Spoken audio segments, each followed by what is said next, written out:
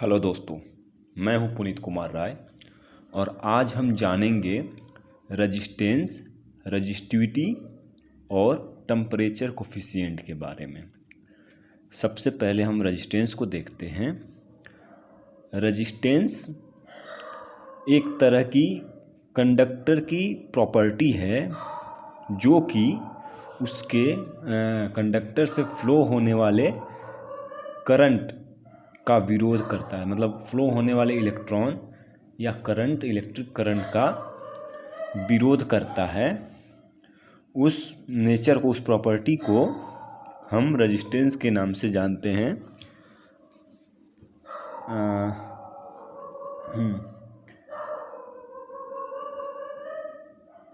यह किसी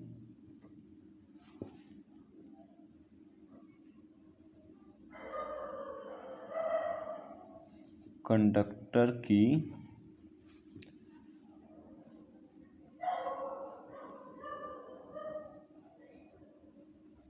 प्रॉपर्टी है जो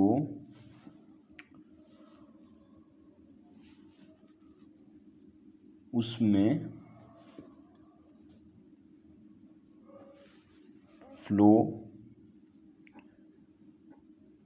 होने वाले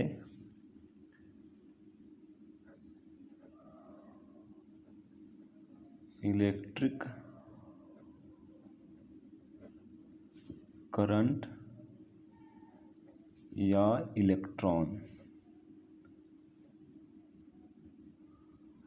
इलेक्ट्रॉन्स का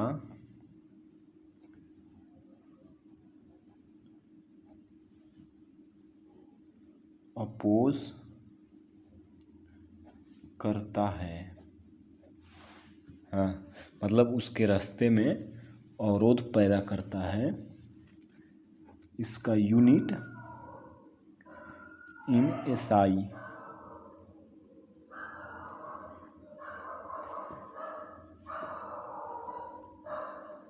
ओम लिखते हैं ऐसे। और फार्मूला की भी बात करेंगे कि कैसे आता है ये ओम्स लॉ के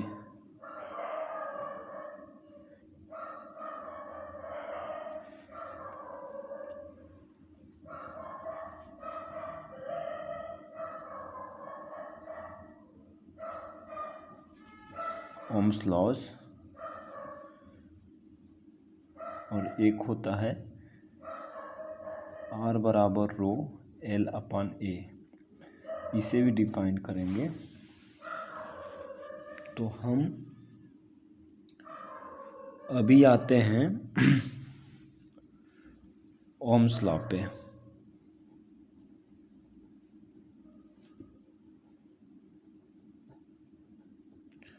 ओम्स लॉ क्या कहता है कि अगर कोई कंडक्टर है, कंडक्टर वो मटेरियल जिसमें फ्री इलेक्ट्रॉन पाए जाते हैं। फ्री इलेक्ट्रॉन वो इलेक्ट्रॉन होते हैं जो कि कंडक्शन बैंड में पाए जाते हैं। मतलब वैलेंसी बैंड अपने न्यूक्लियर से दूर वैलेंसी बैंड में ना होकर कंडक्शन बैंड में पाए जाते हैं, उनको फ्री इलेक्ट्रॉन के नाम से जाना जाता है। तो जिस मटेरियल के पास में कंडक्शन बैंड में इलेक्ट्रॉन होते हैं उनको फ्री इलेक्ट्रॉन कहते हैं, और उस मटेरियल को हम कंडक्टर कहते हैं। जैसे कार्बन, एल्युमिनियम और गोल्ड और सिल्वर वगैरह होता है।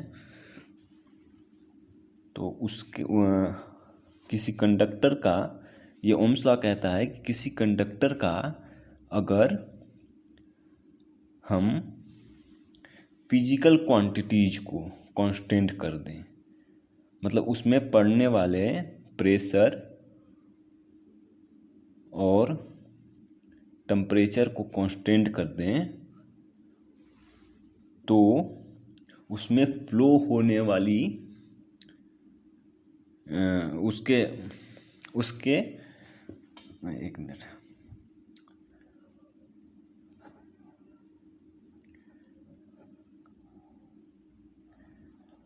According to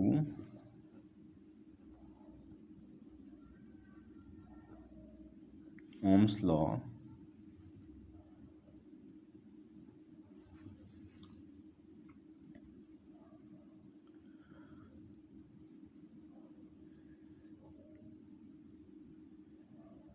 V proportional to I, V बराबर I इंटू R, इसे हम ओम्स कांस्टेंट के नाम से जानते हैं, जो कि ऊपर हमने देख लिया कि इसका मात्रक जो है ओम होता है और इसका वोल्ट ऑब्लिक एम्पियर भी मात्रक होता है। इस फार्मूले से जब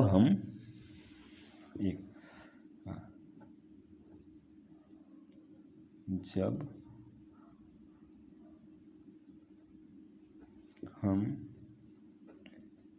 किसी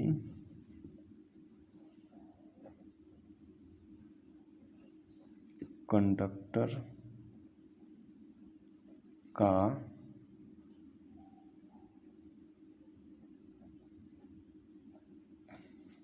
ताप और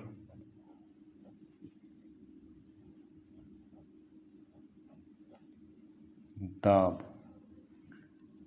को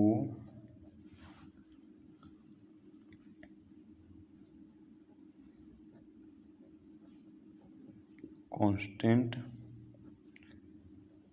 कर देते हैं तो उसके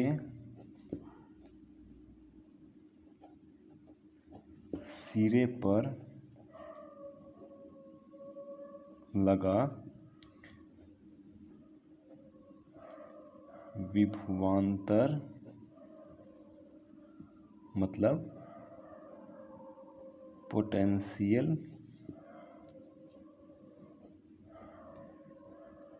डिफरेंस उसमें फ्लो होने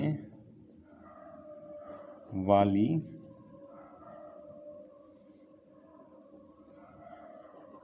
करंट के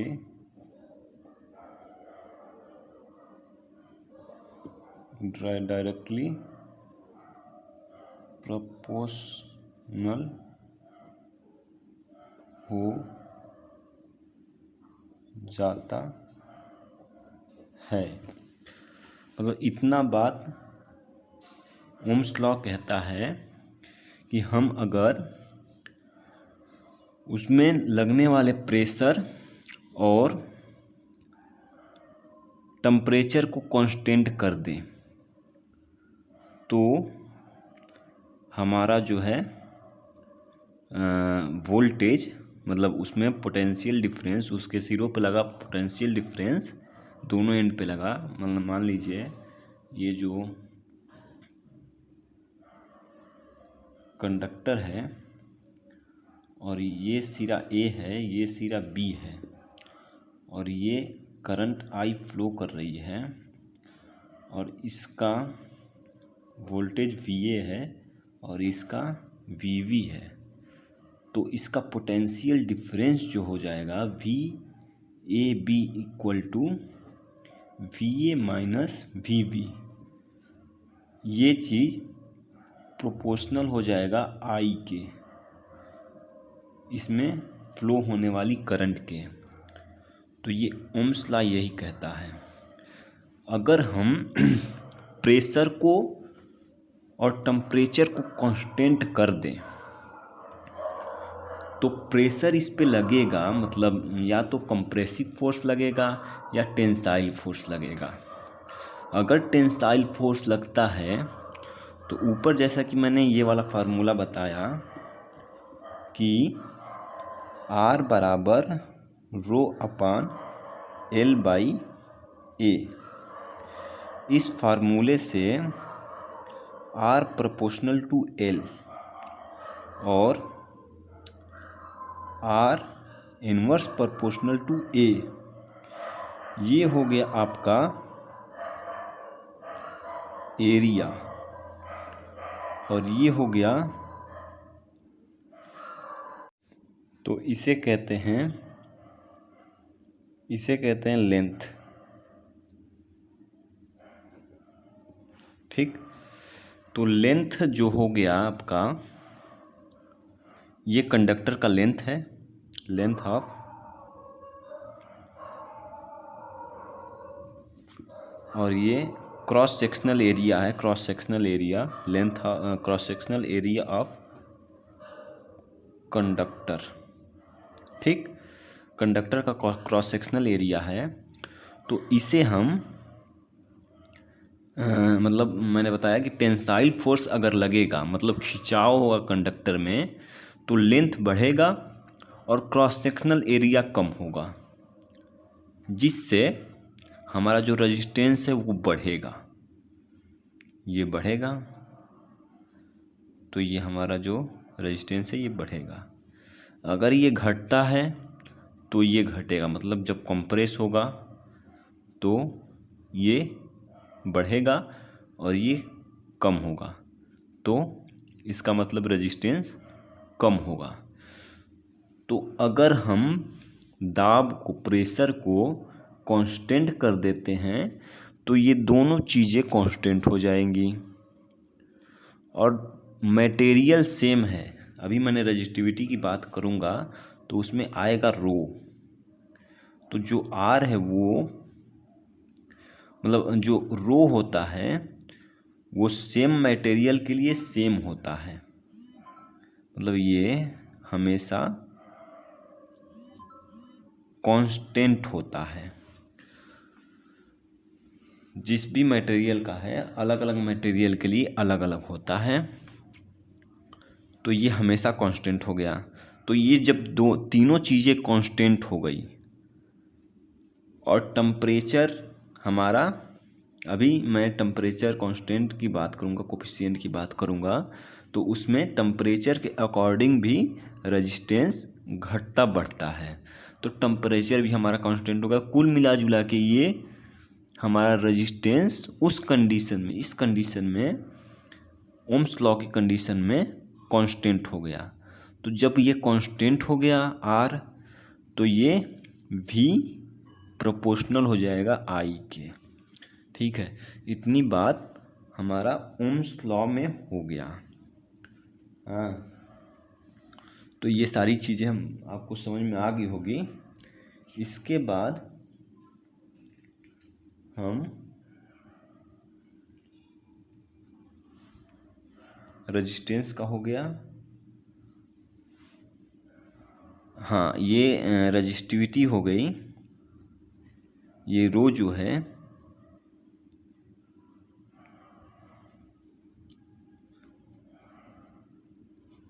रेजिस्टिविटी है, जो कि हमेशा कांस्टेंट रहता है। रो हमेशा कांस्टेंट रहता है, अलग अलग मटेरियल के लिए अलग अलग होता है।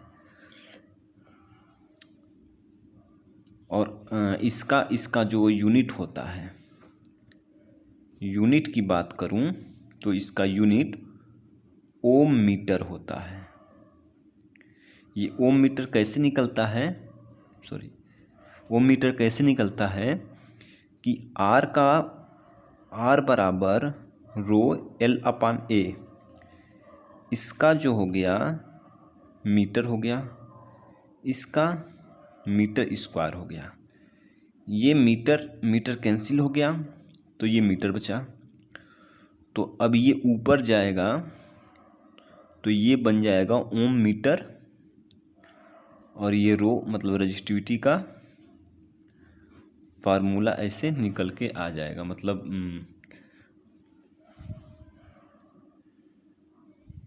इसका जो है ये अपना निकल के आ गया। इसके बाद हम चलते हैं, रजिस्टिविटी हो गया, रेजिस्टेंस हो गया। अब हम टेम्परेचर कोफिशिएंट की बात कर लेते हैं। इधर मैं थोड़ा सा, ठीक। अब टेम्परेचर कोफिशिएंट की बात करते हैं। टेम्परेचर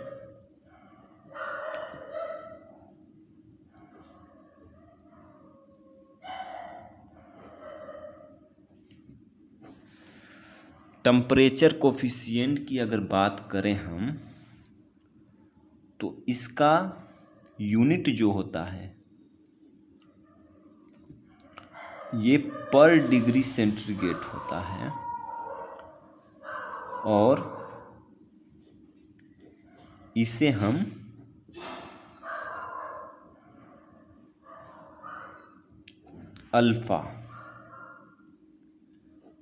अल्फा से डिनोट करते हैं, ठीक।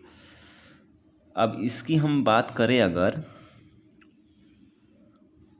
तो ये जो जब हम किसी कंडक्टर का रेजिस्टेंस टेम्परेचर बढ़ाते हैं, जैसे हमारा रूम टेम्परेचर होता है 20 degree centigrade, room temperature 20 degree centigrade होता है। इस पे हमारा जो रेजिस्टेंस है वो R1 है, ठीक है, R1 है, और हमारा 40 हो गया, तो ये कुछ बढ़ जाएगा, मान लीजिए R1 प्लस डेल्टा R1 हो जाएगा, ठीक है। तो किसी कंडक्टर का अगर हम टेम्परेचर बढ़ाते हैं, मैं जनरल बात कर लेता हूँ इसका, तो ये घट भी जाएगा और बढ़ भी सकता है रेजिस्टेंस, ठीक है। टेम्परेचर का मतलब टेम्परेचर बढ़ाने पे ये घट भी सकता है और बढ़ भी सकता है किसी भी मटेरियल का, ठीक है। मतलब एक जनरल फार्मूला हो गया। अब हम बात करते हैं कंडक्टर का। कंडक्टर का जो होता है, इन केस ऑफ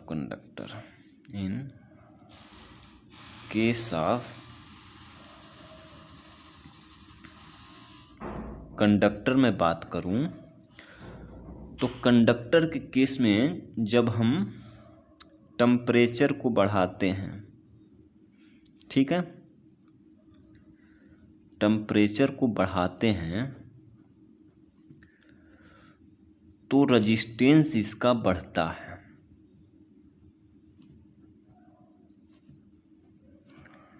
रेजिस्टेंस इसका बढ़ता है, और इसको हम पॉजिटिव टेम्परेचर कोफिशिएंट, ठीक है,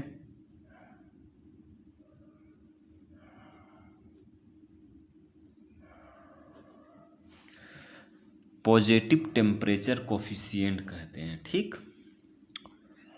और इन केस ऑफ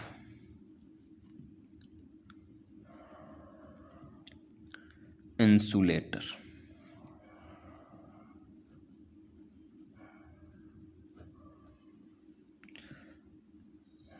ठीक है, सॉरी, इन केस ऑफ मतलब टेम्परेचर को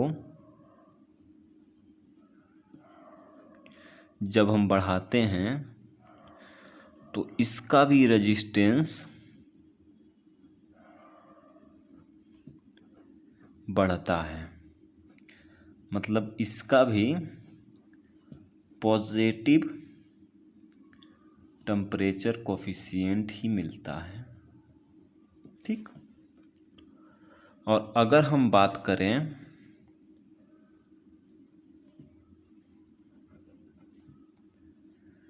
सेमी कंडक्टर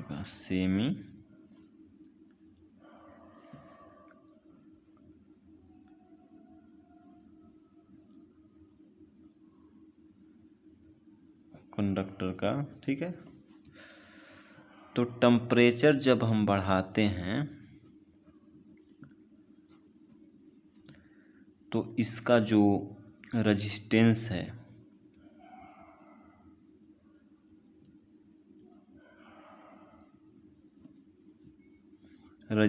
इसका घटता है और ये निगेटिव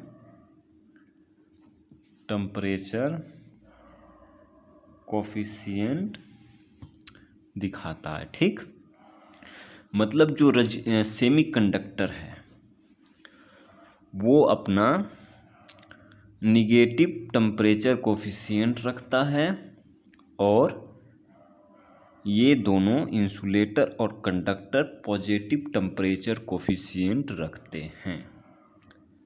मतलब जब हम टेम्परेचर में बढ़ाते हैं घटाते हैं और जो रेजिस्टेंस बढ़ता है घटता है वो टेम्परेचर कोफिशिएंट के अकॉर्डिंग ही घटता है और बढ़ता है। अब हम देख लेते हैं कि टेम्परेचर कोफिशिएंट जो है वो कैसे फार्मूला उसका कैसे निकालते हैं। ठीक है, तो जो टेम्परेचर कोफिशिएंट है वो हमारा मान लीजिए 0 डिग्री सेंटीग्रेड पर, ठीक है, आर नॉट रेजिस्टेंस है। ये कंडक्टर की बात कर रहा हूँ मैं। ठीक है, और T डिग्री सेंटीग्रेड पर RT हो जाता है। ठीक,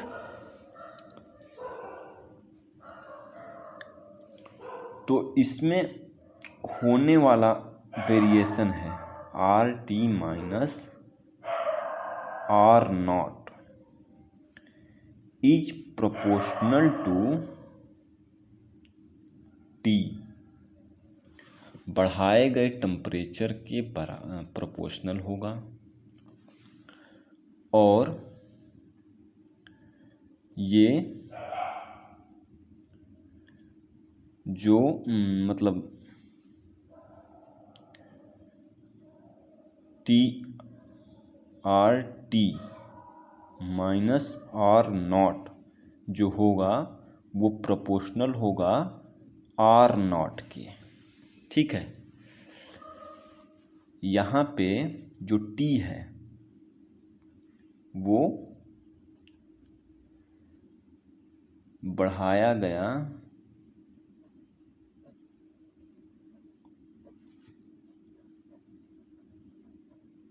टेम्परेचर है और जो R नॉट है वो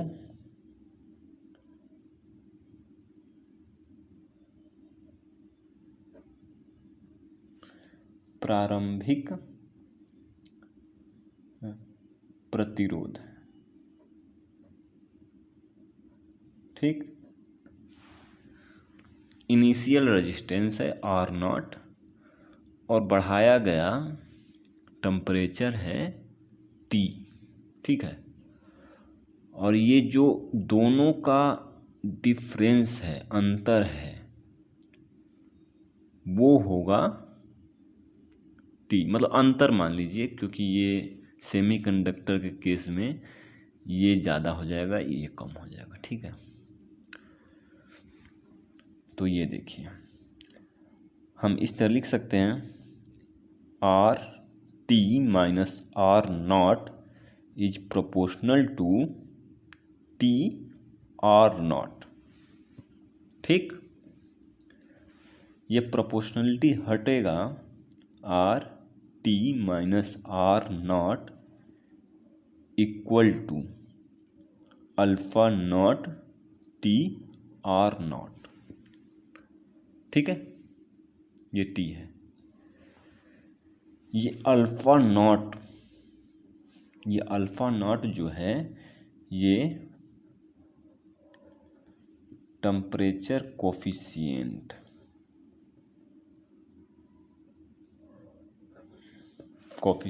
है, ये कांस्टेंट होता है एट एवरी टेम्परेचर। ठीक, इतना बात हो गया। तो ये फार्मूला आता है R T equal to R not plus alpha not T R not, और ये final formula R T R not bracket में 1 प्लस अल्फ़ा नॉट टी। ठीक, ये फार्मूला आ जाता है फॉर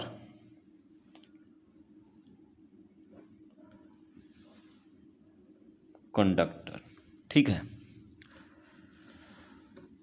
अब अगर हम बात करते हैं जीरो से ना बढ़ा के किसी टेम्परेचर T1 से बढ़ाएं और T2 तक बढ़ाएं, तो उसका T2 पे अगर पूछ दिया कि T2 पे निकालिए, T2 पे रेजिस्टेंस कितना होगा, तो R2 equal to RT1 bracket में 1 plus alpha not T2 minus T1, ये हो जाएगा फार्मूला।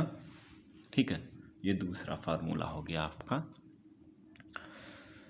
अब ये अल्फ़ा मतलब ये वाला हो गया, और हमने इसमें एक चीज़ रह गया। जैसे मैंने रेजिस्टेंस और रेजिस्टिविटी बताया, एक होता है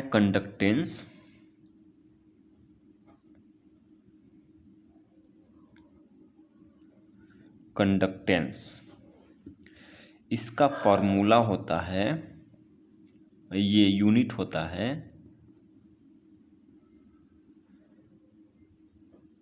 पर ओ और महो। ठीक है, और ये अपोजिट टू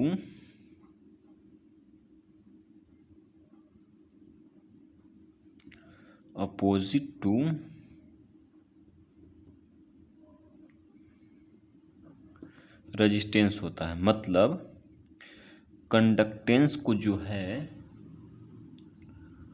वो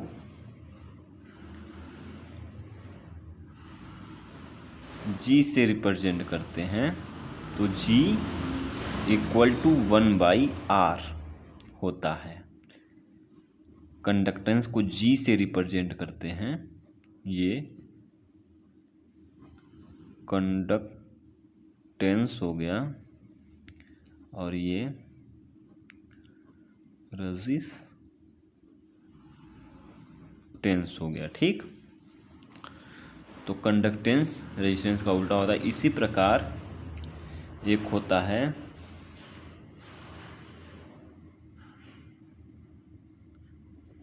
कंडक्टिविटी, इसका यूनिट होता है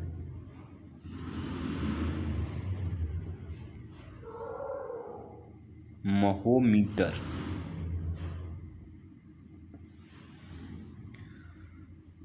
और इसका फार्मूला होता है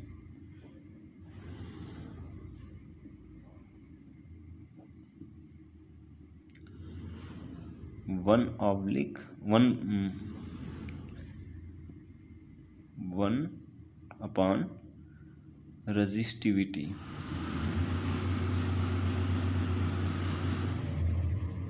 ये रेजिस्टिविटी का उल्टा होता है।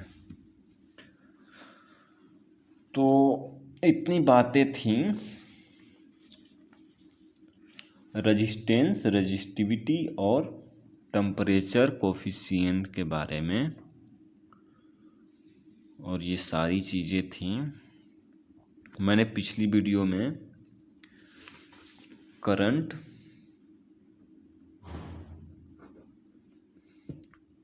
और ईएमएफ और पोटेंशियल डिफरेंस के बारे में बताया है। नेक्स्ट वीडियो में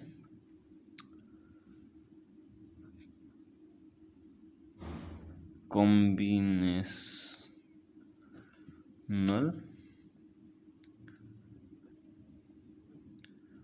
सर्किट पढ़ेंगे।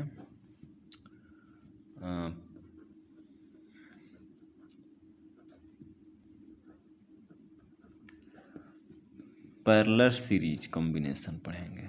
ठीक है, तो अभी के लिए थैंक यू।